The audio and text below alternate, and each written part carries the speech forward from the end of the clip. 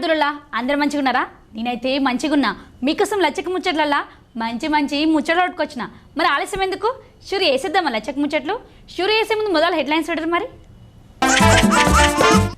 కేరళ రాష్ట్రంలో ఉన్న పాలక్కడ్ జిల్లాల కోట్ల సంఖ్యలో ఉంటాయట మినుగురు పురుగులు. రాత్రిపూట వాటిని చూడ్డానికి చాలా మంది వస్తుంటారట పర్యాటకులు. ప్రపంచ ఆరోగ్య దినోత్సవం సందర్భంగా డాక్టర్లను సన్మానించిండు మంత్రి హరీష్ రావు అన్న. సర్కార్ దవాఖానల సవలతులు మెరుగుపడ్డాయట. గౌరవం దక్కలేదంటాంది గవర్నర్ మేడం. కేటీఆర్ అని అంటాడు మేమట్లా చెయ్యం. ఇంటి మీద నల్ల జెండా ఎగరేసిండు గంగుల కమలాకర్ అన్న. కేంద్ర సర్కార్ మీద ఉద్యమమేనట. మినుగురు పురుగులు ఎరికే కదనుల్లా, అవి మన ఇంటి ముఖాన నచ్చినప్పుడు కరెంట్ పురుగులు వచ్చినాయి అని చాలా వింతగా చూసేది కదా. అయితే లచ్చక్కకి ఎలా కరెంట్ పురుగులు ఎందుకు యాదికి వచ్చినాయి అనుకుంటాలా? గీ ముచ్చట చూడలే మీకెరికైతుంది.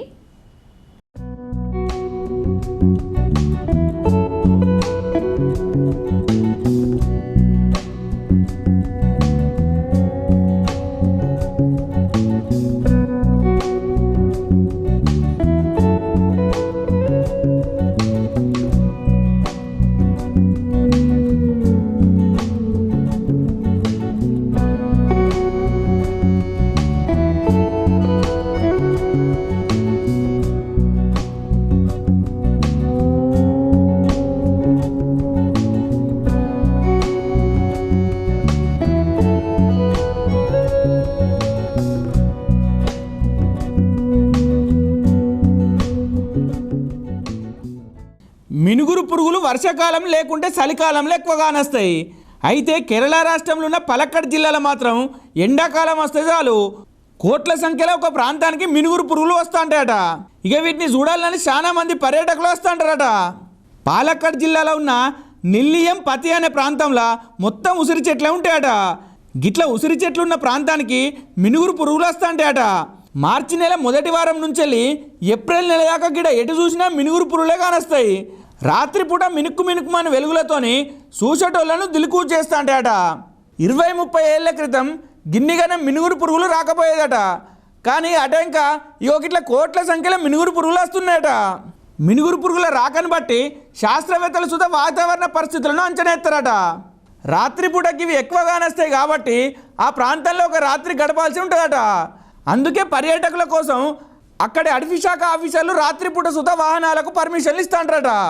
గిట్ల జామురాత్రి మినుగురు పురుగుల వెలుగులు చూసుకుంటా జనాలు మస్తుగానే సంబరపడతాంటారట.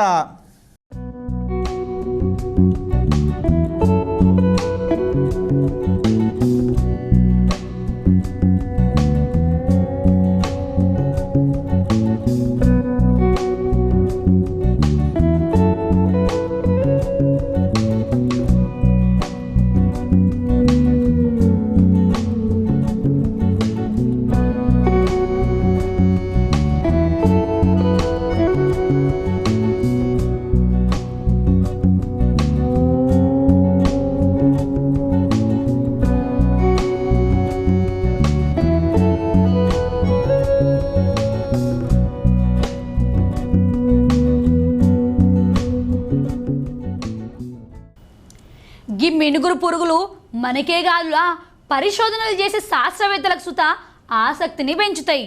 వీటి మీద చాలా మంది పరిశోధనలు చేసిళ్ళు. మామూలుగానైతే లైట్లకు వెలుగుతో పాటు వేడి సుతుంటుంది. అయితే మినుగురు పురుగులలో ఉండే కాంతిలా వెలుగు ఉంటుంది కానీ వేడి ఉండదట. గిదే మరి మినుగురు పురుగుల ప్రత్యేకం అంటే.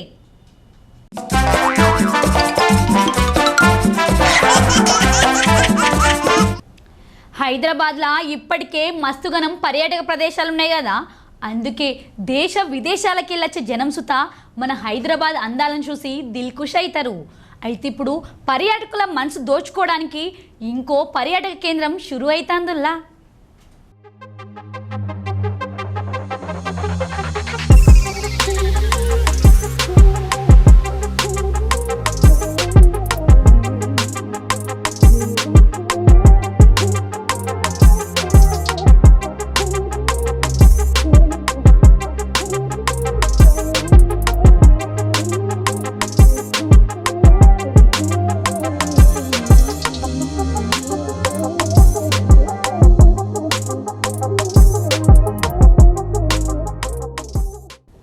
హైదరాబాదు కోటి ఉమెన్స్ కాలేజీలో ఉన్న బ్రిటిష్ రెసిడెన్సీ అనే భవనాన్ని తెలంగాణ సర్కారు ఏం తక్కువ 17 కోట్లతోని మళ్ళీ నిర్మాణం చేసింది.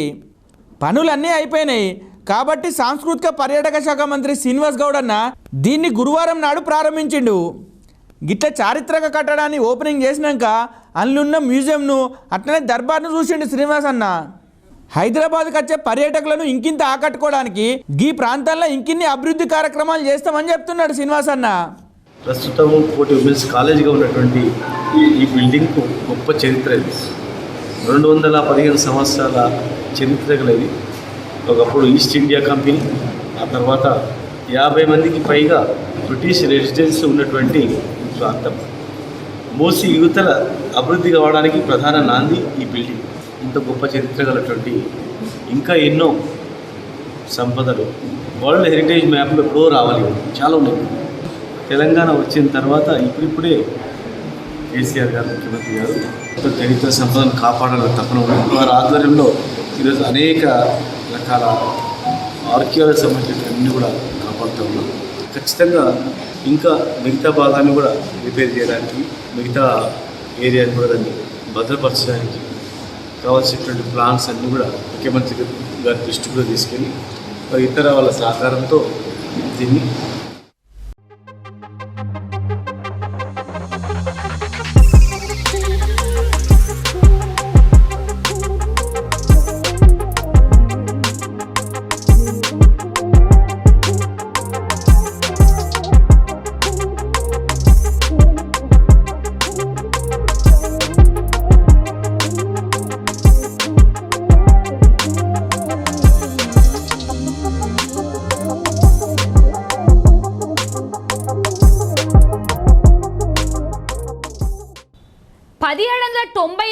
హైదరాబాద్లో ఒక బ్రిటిష్ వ్యక్తి కోసం నిజాం రాజు తన స్వంత ఖర్చుతోని గీ బిల్డింగ్ను కట్టిండట. అటెంకా భారత పురాతత్వ శాఖ గీ బిల్డింగ్ను స్వాధీనం చేసుకొని 1949లో ఉస్మానియా విశ్వవిద్యాలయానికి సంబంధించిన కోటి మహిళా కాలేజీగా మార్చిల్లట.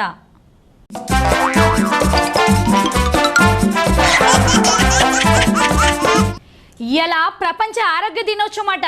అయితే గాంధీ దవాఖాన్లా కరోనా టైంలో పానాలను సుద్ధ లెక్క చేయకుండా సేవలు చేసిన వైద్య సిబ్బందికి సన్మాన కార్యక్రమం జరిగింది.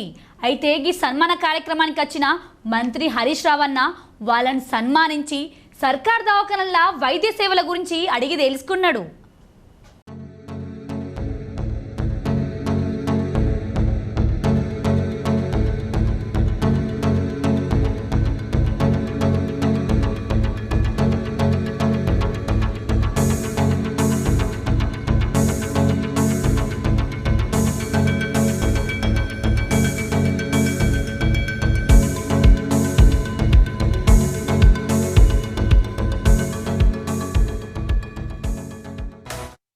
వ్యాక్సిన్లు 100% అయినాయమ్మా?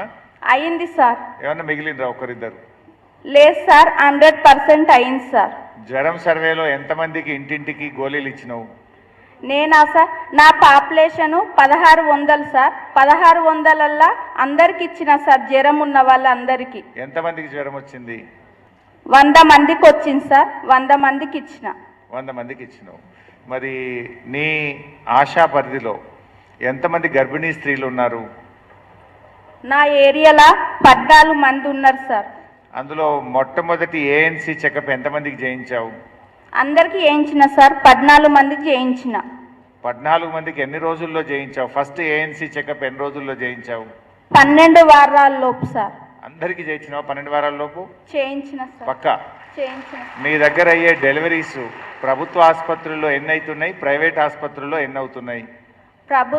గవర్నమెంట్ హాస్పిటల్లో 64 సార్, ప్రైవేట్ హాస్పిటల్లో 30 సార్. మరి ఇంకా 30 మంది ఎందుకు ప్రైవేట్కి వెళ్తున్నారు? వాళ్ళు గవర్నమెంట్ హాస్పిటల్కి వెళ్తే అక్కడ పట్టకపోతే వాళ్ళే వెళ్ళిరు సార్. గాంధీకి వెళ్ళమంటే వెళ్ళలేదు సార్. ఇప్పుడు గజ్వేల్లో అన్ని సౌకర్యాలు వచ్చినాయి కదా మీ దగ్గర, 64 అంటే బాగా వచ్చింది. ఆ 30 కూడా ఎందుకు పోకుండా ఆ 30 మందిని కూడా మనం గవర్నమెంట్లోకి తెచ్చే విధంగా మనం ఎట్లా ప్రయత్నం చేద్దాం అనుకుంటున్నావు? ఇప్పటి నుంచి ఖచ్చితంగా ప్రతి ఒక్క డెలివరీ కేసు గవర్నమెంట్లో అయ్యేటట్టుగానే చేస్తా సార్, కష్టపడతాను సార్. మరి ఎంతమందికి పెద్ద ఆపరేషన్ చేపిస్తున్నావు, ఎంతమందికి నార్మల్ డెలివరీ చేపిస్తున్నావు? మొత్తము మాకు 64 డెలివరీస్ సార్. 64 డెలివరీస్లల్లా 35 ఏమో నార్మల్, 24 LACS. మరి ఈ LACS చేస్తే మంచిదా, నార్మల్ చేస్తే మంచిదా? నార్మల్ డెలివరీస్ చేస్తేనే మంచిగా సార్. మరి LACS ఎందుకు అవుతున్నాయి? అది ఆపడానికి నువ్వు ఏ ప్రయత్నం చేస్తున్నావు? చేస్తున్నా సార్. కాకపోతే గజ్వెల్ల పట్టక గాంధీకి రాస్తే వాళ్ళు మేము గాంధీకి ఓం భయపడి రాలేదు. దాంట్లో పోయిండ్రు. బట్ ఆ గజ్వేల్లో ఇప్పుడు 60 చేసినావు కదా నువ్వు, 60 గవర్నమెంట్ ఆసుపత్రులనే చేసినావు నువ్వు. ఆ 60లో కూడా నార్మల్ డెలివరీ ఎక్కువ అయితే ఏం లాభం ఉంటుంది? నార్మల్ డెలివరీ అయితే పుట్టిన వెంటనే ముర్రుపాలు బిడ్డకు పట్టించడానికి వీలుంటుంది సార్. తల్లికి బిడ్డకి అనుబంధం పెరుగుతుంది సార్. పెద్ద ఆపరేషన్ అయితే వెంటనే ముర్రుపాలు పట్టియనికి అవకాశం ఉండదు సార్. ఆ ముర్రుపాలు తాగకపోతే ఏం నష్టపోతాం, ఏం కోల్పోతాం? పిల్లలకి వ్యాధి నిరోధక శక్తి, ముర్రుపాలు తాగితే వ్యాధి నిరోధక శక్తి. Give her a big clap. Good అమ్మా, బాగా చేసినావు. ఇంకా కూడా ఎక్కువ నార్మల్ డెలివరీ చేయించాలి, ఇంకా ఎక్కువ ప్రభుత్వ ఆసుపత్రుల్లో చేయి. నువ్వు బాగా పనిచేసినావు కనుకనే నేను ఈరోజు గుర్తించి ప్రభుత్వం నీకు ఇంత పెద్ద వేదిక మీద ప్రొఫెసర్ల మధ్య, డిఎంఈ మధ్య నీకు ఒక ఆశాకు సన్మానం చేయడం అనేది it's a very rarest of the rare occasion. So hearty congratulations. Thank you.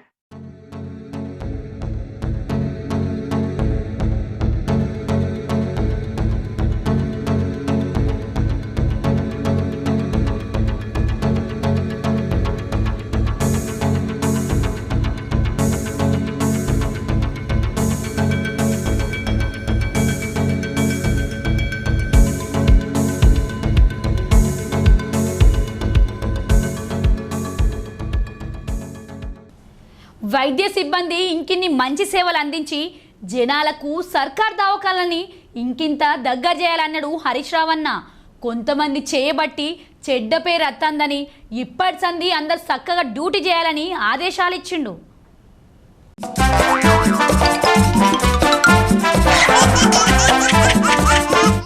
ఒక దిక్కు కేంద్ర సర్కార్కు రాష్ట్ర సర్కార్కు నడుమ వడ్ల పంచాయతీ తెగకుండానే నడుస్తూనే ఉన్నది కదా.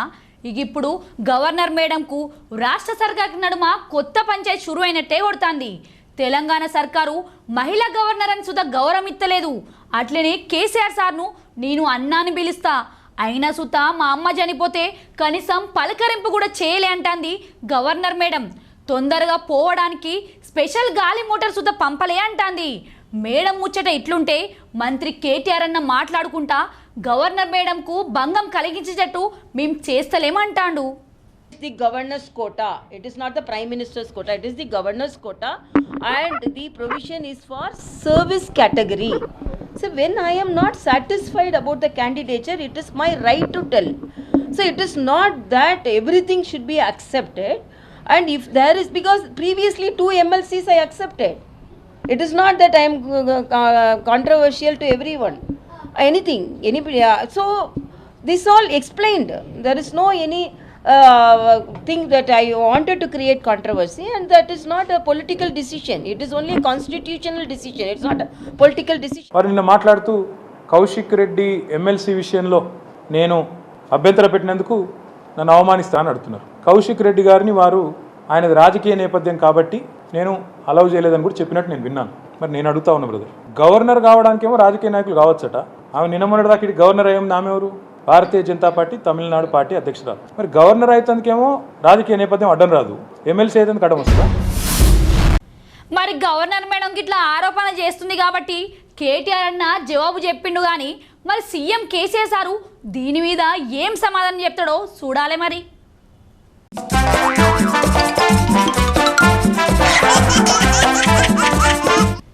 రంగారెడ్డి జిల్లాల కార్ల ప్రయాణం చేస్తున్న ఒక వ్యక్తి తాన ఏం తక్కువ 15 లక్షలు దొంగతనం చేసి పారిపోయిన కారు డ్రైవర్ను 6 గంటలనే పట్టుకున్నారు పోలీసోళ్ళు.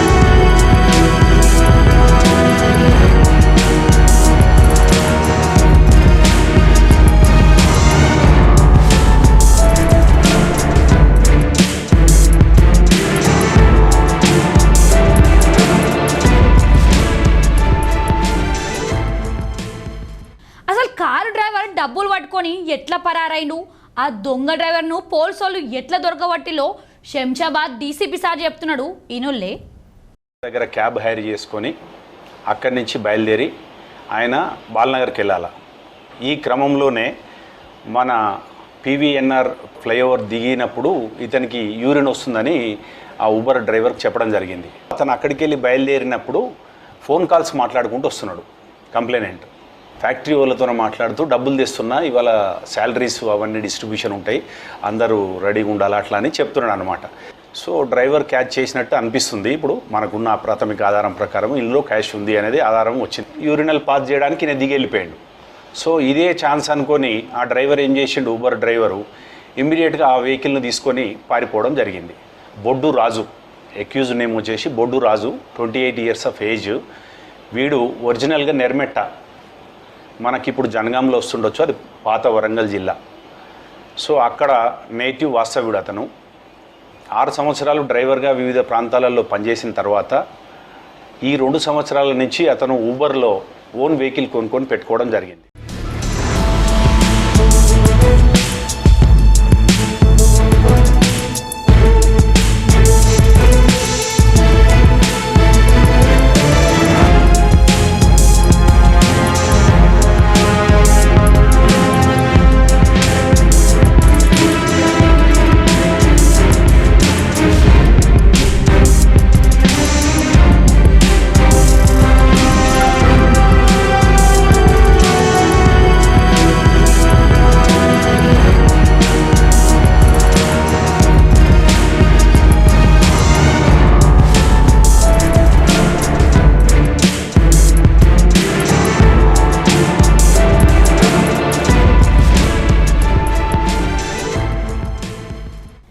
చూసిలే కదా, అదును చూసి డబ్బులు ఎట్లా దొంగతనం చేసిండో దొంగ డ్రైవరు. కష్టపడే సొమ్ము కాకుండా గిట్ల ఎదుటోళ్ళ సొమ్ము మీద ఆశపడితే ఆఖరికి గిట్ల జైల్లో ఊసలు లెక్క పెట్టాల్సి వస్తుంది.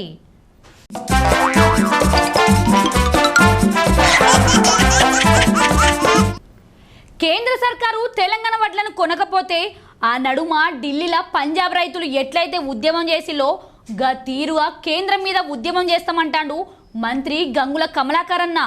కేంద్ర సర్కార్కు వ్యతిరేకంగా ఇలా ఆయన ఇంటి ముందు నల్ల జెండా ఎగిరేసి మాట్లాడిండు అన్న.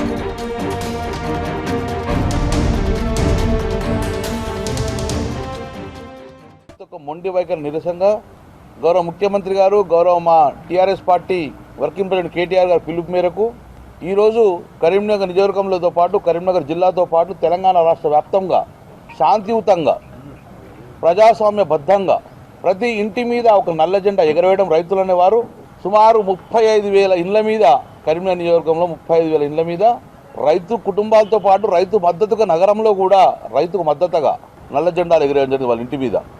మేము ఈ ఉద్యమాన్ని తీవ్ర రూపం దాల్చుకుంటాం. ఈరోజు కేంద్ర ప్రభుత్వం తిరగకపోతే 11 నాడు అల్టిమేట్గా మళ్ళీ ఢిల్లీలో ధర్నా పెడతాం మేమందరం. ఆ రోజులో కనువిప్పు కాకపోతే హర్యానా రైతులు, పంజాబ్ రైతుల యొక్క ఉద్యమాన్ని చూశారు మీరు. అంతకు తీవ్రంగా ఉంటుంది ఈ ఉద్యమం. ఫుడ్ కార్పొరేషన్ ఆఫ్ ఇండియా ఏర్పడేది 1965 జూన్ 14న. మరి అప్పటి నుంచి కొనుగోలు చేస్తుంది కదా ఈ తెలంగాణ రాష్ట్రంలో. అప్పటి నుంచి కొనుగోలు చేసినప్పుడు ఇబ్బంది లేని ఈ సంవత్సరం మీకు ఎందుకు ఇబ్బంది వస్తుంది? అప్పటి నుంచి ఎలా కొనుగోలు చేస్తున్నావు అలాగే కొనుగోలు చేయి. దీన్ని ఆ పరిణామం తీసుకొని తెలంగాణలో పండించే పంటలు బేషరతుగా ఏ పంట పండించారనేది రైతు నిర్ణయానికి వదిలేయండి. కాబట్టి కొనవలసిన బాధ్యత మీదే. రాజ్యాంగం మాకు కల్పించిన హక్కు కాబట్టి కొనవలసిన బాధ్యత మీదే.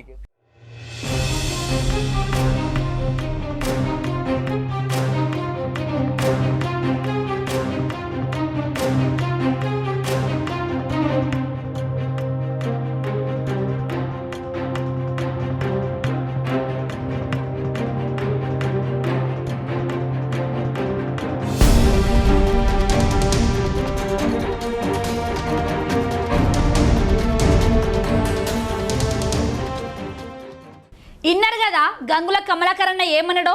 కరీంనగర్లో మొత్తం 35,000 ఇండ్ల మీద కేంద్ర సర్కార్కు వ్యతిరేకంగా నల్ల జెండాలు ఎగరేసాలని చెప్తాండు. కేంద్రమే వడ్లను కొనాలని డిమాండ్ చేస్తాండు.